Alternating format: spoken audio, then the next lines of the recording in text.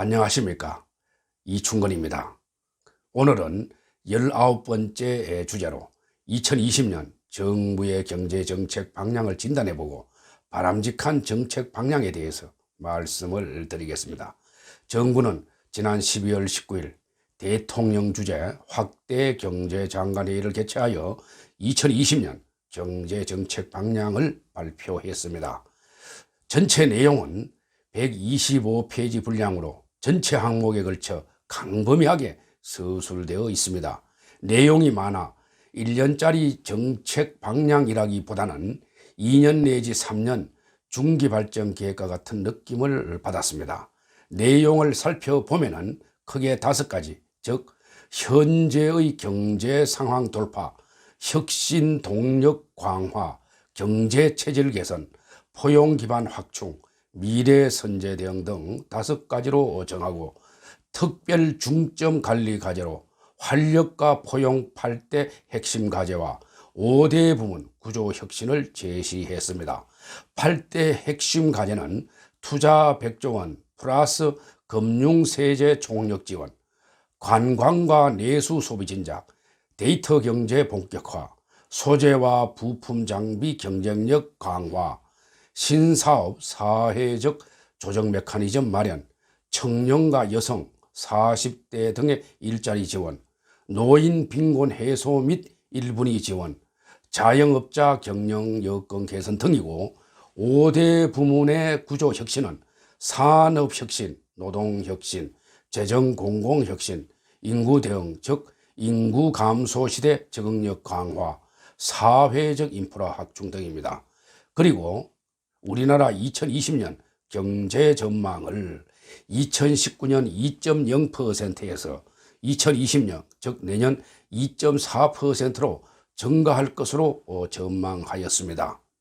이번 정부에서 발표한 경제정책 방향은 관련 부처가 모두 참가하여 작성한 것으로 모든 부문을 포괄한 종합적인 계획이라는 측면에서 바람직하지만은 과연 1년 이내에 이 많은 정책 사업을 다 할 수 있을지 의문시 됩니다. 전체적인 경제정책 방향은 소득 주도 성장보다는 혁신적 포용 국가를 강조한 것으로 봐 약간 후퇴한 것으로 보입니다. 그렇지만은 대통령이 최저임금과 주 52시간 근무제는 반드시 가야 할 길이라고 강조하여 계속 추진할 것으로 보이는데 크게 우려가 됩니다. 특히 최근의 경기 침체와 고용 악화, 저성장 등 어려운 상황에 대한 자성보다는 낙관적 전망에 기초한 정책 성과를 홍보하는 데 초점을 맞춘 것 같은 느낌이 듭니다. 다만 현재의 어려운 경제 상황을 고려할 때 현재의 경제 상황을 돌파해 보겠다는 의지가 크다는 점은 바람직하다고 생각이 됩니다. 특히 홍남기 기획재정부 장관이 관계 부처 장관 6명을 대동하고 발표했다는 점에서 정부의 정책 의지는 크다고 생각됩니다. 우리 경제의 성장률을 금년 2.0%의 성장에서 내년 즉 2020년 0.4%포인트 증가한 2.4%로 낙관적으로 전망했는데 과연 달성될 수 있을지 의문시 됩니다. 그리고 구체적으로 어떻게 달성될 수 있을지에 대한 내용은 부족합니다. 내년도 우리 경제가 확대 성장하기 위해서는 투자와 수출이 살아나고 내수가 살아나야지 됩니다. 그런데 정부의 경제정책 방향에서 투자는 총 100조 원이나 투자하도록 유도한다고 했는데 실제로 투자가 발생할지는 미지수입니다. 투자 내역을 보면은 울산 석유화학공장과 인천 복합 쇼핑몰 건립, 여수 석유화학공장 건립 등 대규모 기업 투자에 25조 원, 민자 사업에 15조 원, 공공기관 투자 60조 원을 들고 있는데 상당수 계획이거나 몇 년에 걸쳐 사업이 시행되어 신규 투자가 그만큼 발생할 가능성이 약하고 10조 원 규모의 신규 민자 사업 추가 발굴도 그대로 될지는 미지수입니다. 또 해외에서 국내로 들어오는 유통기업도 22개 이상 창출한다고 했는데 법인세가 타국에 비해 높은 현실을 감안할 때 실현성이 있을지 의문시 됩니다. 노동시장 구조 혁신에서도 가장 중요한 노동시장의 유연성 제고를 위한 방안이나 주 52시간 근로시간 보완 방법 등은 거의 없어 상당히 우려되고, 재정 및 공공기관 혁신에서도 재정 건전성 문제와 공공기관의 경영 혁신 노력 등이 빠져 있어 크게 부족한 것으로 판단이 됩니다. 특히 경제 성장률 전망치 2.4%는 달성하기 어려울 것으로 보입니다. 왜냐하면 문재인 정부가 현재와 같은 경제 정책을 추진할 경우 기업 투자는 살아나기 어렵고 수출도 회복되기 어려울 것으로 보기 때문입니다.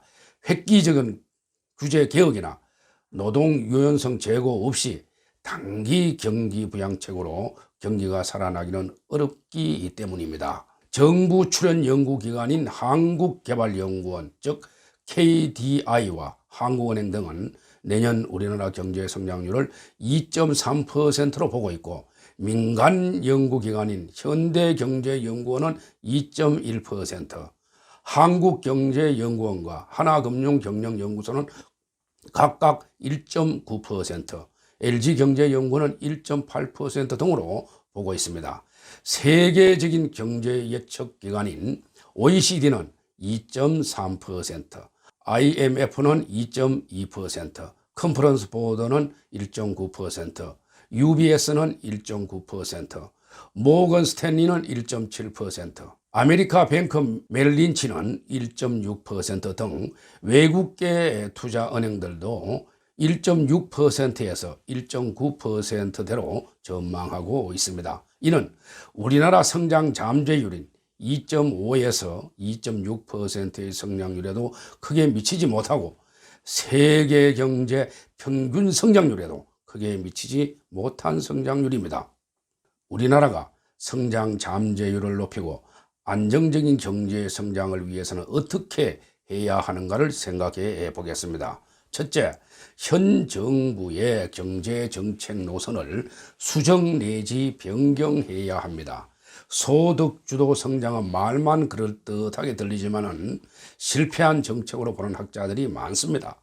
소득주도 성장의 주요 내용인 너무 급격한 최저임금 인상과 주 52시간 근로제는 자영업자와 중소기업들의 인력난, 경영난을 확대하여 더욱 어렵게 하고 있습니다. 주 52시간으로 근로시간을 제한하는 조항은 일을 더하기를 원하는 근로자나 사용자에게도 환영받지 못합니다. 우리나라 기업의 임금 체계는 기본적으로 호봉제가 많기 때문에 최저임금이 오르면은 최저임금에 미달하는 임금을 받는 근로자뿐만 아니라 그 상위 근로자들의 임금도 올려야 합니다. 제가 대구 경북 지역 중소기업 현장을 자주 방문해서 기업 애로사항을 들어보면은 기업하기 정말로 어렵고 지금이라도 당장 문을 닫고 싶다 하는 사장들이 상당히 많았습니다. 현 정부의 정책 위반자들은 실물 경제는 현장에 있다라는 인식을 가지고 기업 현장에 가서 중소기업들의 하소연을 들어보길 바랍니다. 기업들의 투자 의욕을 꺾는 정책을 실시하면서 민간 기업들에게 투자를 확대하라는 것은 넌센스입니다. 둘째, 정부의 친노동 정책으로 해외로 빠져나가는 국내 기업이 많은 가운데 외국에서 국내로 들어오는 유통기업 즉 리쇼링 기업들을 22개 유치한다고 했는데 과연 실현될 수 있을지 의문시 됩니다. 노동혁신 부분에서도 고용친화적 노동제도 구축이라고 되어 있지만은 노동시장 유연성 확보라는 문구는 없습니다. 지난번 유튜브 방송에서 제가 지적했듯이 선진국들은 해외로 나간 기업들을 국내로 유턴시키기 위해서 법인세를 낮추고 있는데 문재인 정부는 오히려 법인세를 올렸습니다. 즉 문재인 정부는 2017년 11월 5일 법인세 최고 세율을 22%에서 25%로 인상했습니다. 지난 2009년 이명박 정부가 최고 세율을 25%에서 22%로 인하한 지 9년 만에 원위치된 셈입니다. 법인세를 올렸는데 해외 기업들이 국내로 들어올 수가 있겠습니까? 중국에서 베트남이나 인도 등으로 갈 가능성이 높습니다.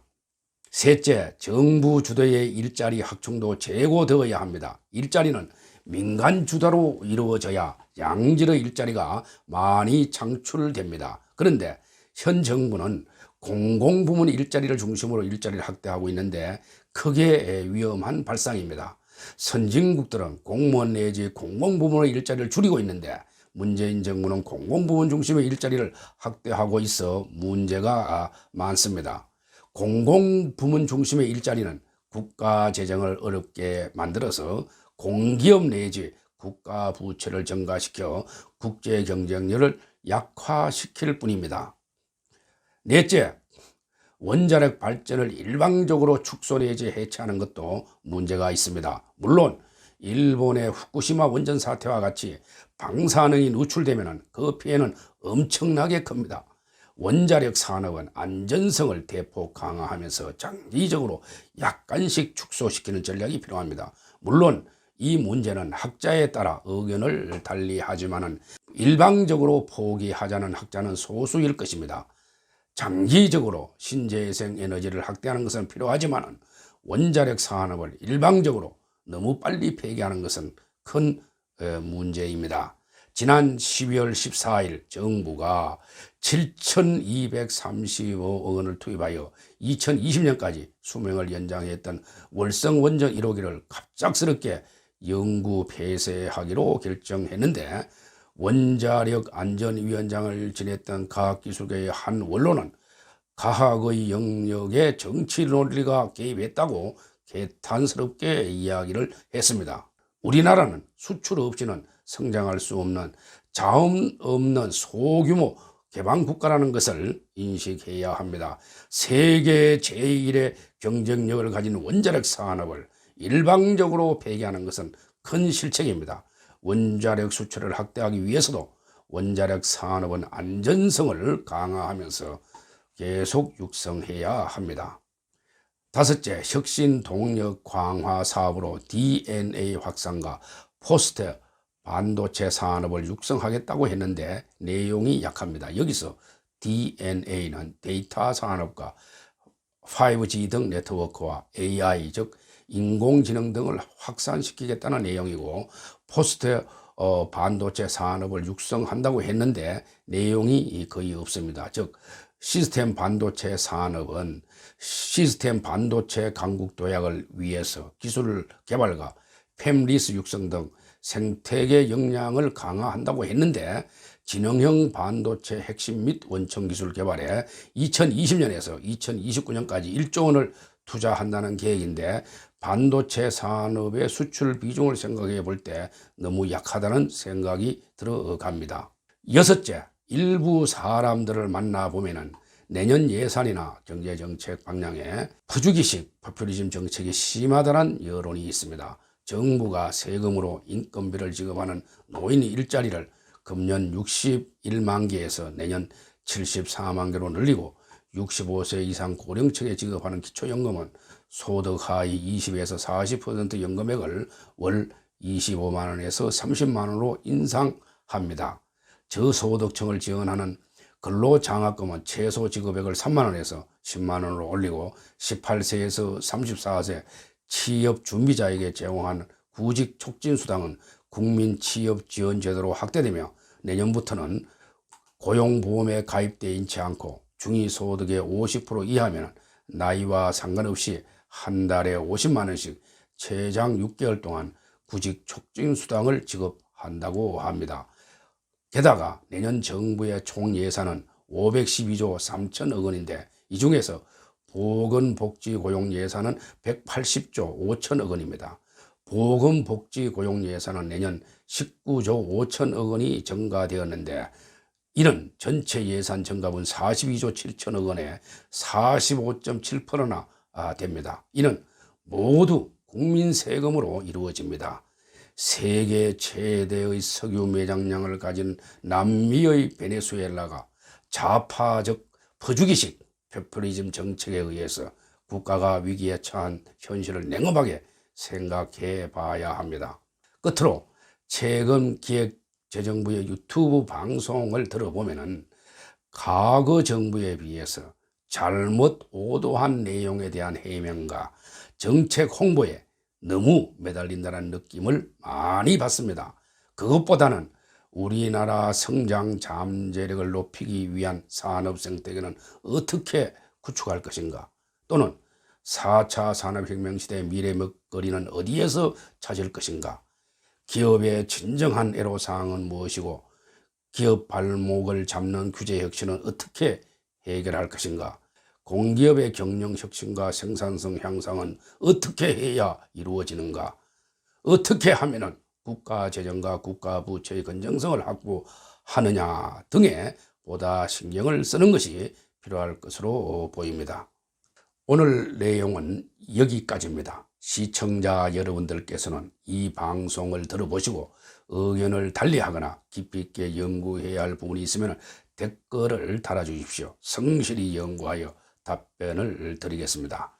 대단히 감사합니다.